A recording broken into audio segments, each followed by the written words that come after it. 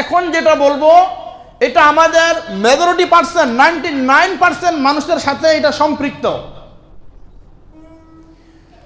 বিষয়টা বড় কঠিন। প্রথম সূরত হলো, হুজুর আমার কাছে তো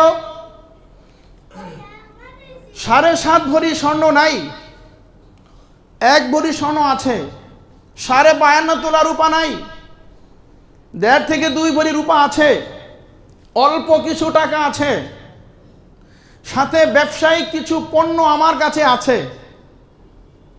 এখন আপনি এই সামান্য স্বর্ণ, অল্প কিছু রূপা আর সামান্য কিছু টাকা, ব্যবসায়িক পণ্য, এই সব কিছু মিলে 4টা মেলাবেন।